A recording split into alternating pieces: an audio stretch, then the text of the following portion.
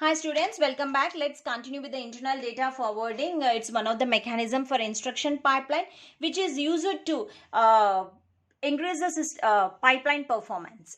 So in the previous video, I explained one of the internal data forwarding type, that is a store load forwarding with an example. Now let's have a look on the load forwarding.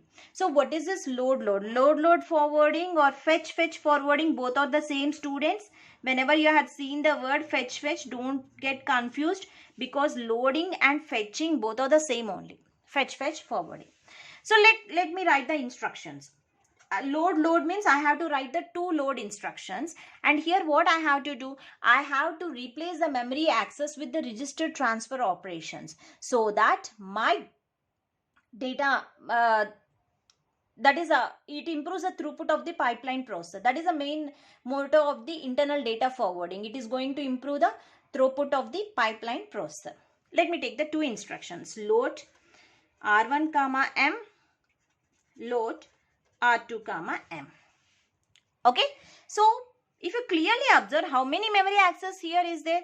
First, the data in the memory, whatever the data, suppose 3 is there, the data will be moved to R1, okay, stored in the R1.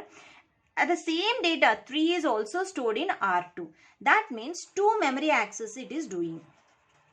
2 memory access is doing. So let me draw with the diagram. So what it is doing, R1 is there, the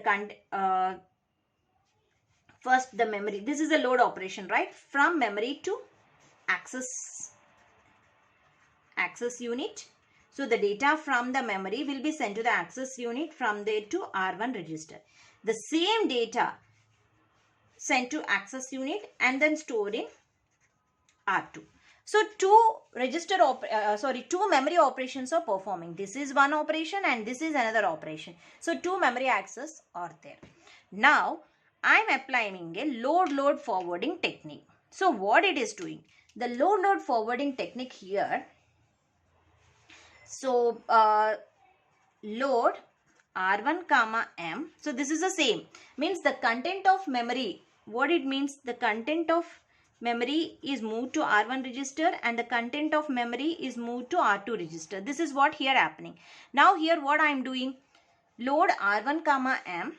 That means the content of memory will be moving to R1 register. Now I am replacing this memory instruction with another instruction. So what is that? Instead of load, I am writing move R2 comma R1. That is, the content of R1 is moved to R2 register. So suppose in the memory a 5 is there, that will be moved to R1 register, means R1 contains 5, and the same data a 5 will be moved to R2 register, and anyhow the memory is already contains the 5. This is what happening here. Suppose if I replace the memory with the register, what happening here? Suppose R1 memory contains the 5, that value will be moved to R1 register, means R1 contains the data 5, and whatever the data R1 contains, actually R1 means the address location. If you keep the brackets like this, the data in that location will be taken. So now whatever the data that is present, R1 contains 5, so that 5 will be moved to R2. So R2 contains 5.